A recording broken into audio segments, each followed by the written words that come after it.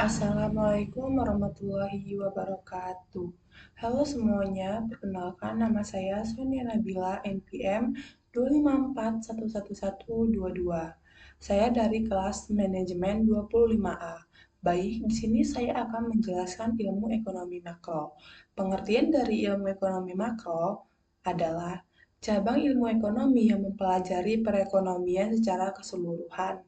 Ekonomi makro membahas berbagai masalah ekonomi dalam skala besar, seperti pertumbuhan ekonomi, inflasi, pengangguran, pendapatan nasional, dan kebijakan pemerintah.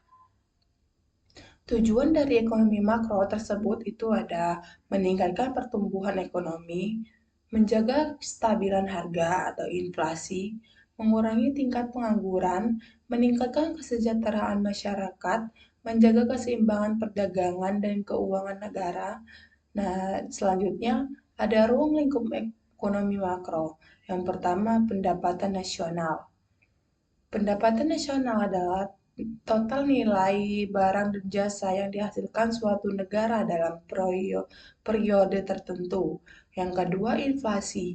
Inflasi adalah kenaikan harga barang dan jasa secara umum dan terus-menerus yang dapat menurunkan daya beli masyarakat.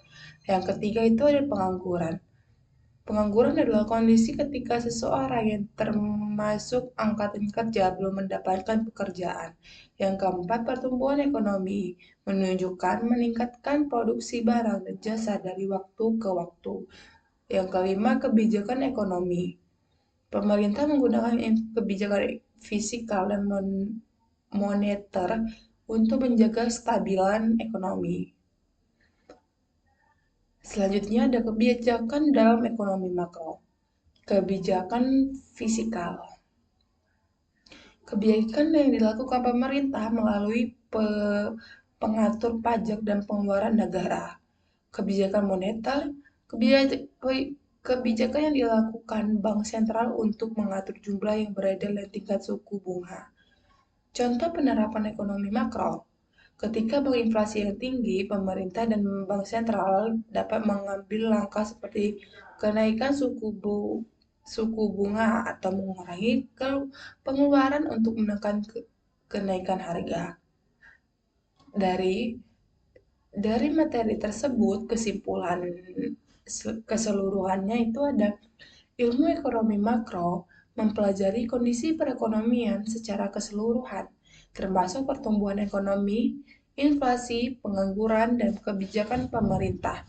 Dengan mempelajari ilmu makro, kita dapat memahami bagaimana suatu negara mengelola ekonomi untuk mencapai kesejahteraan masyarakat.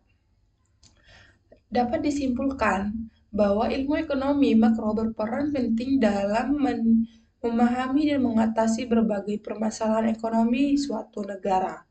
Melalui kebijakan yang tepat, pemerintah dapat menjaga kestabilan ekonomi dan meningkatkan kesejahteraan masyarakat. Baik, itu saja yang bisa saya sampaikan. Saya akhiri, wassalamualaikum warahmatullahi wabarakatuh.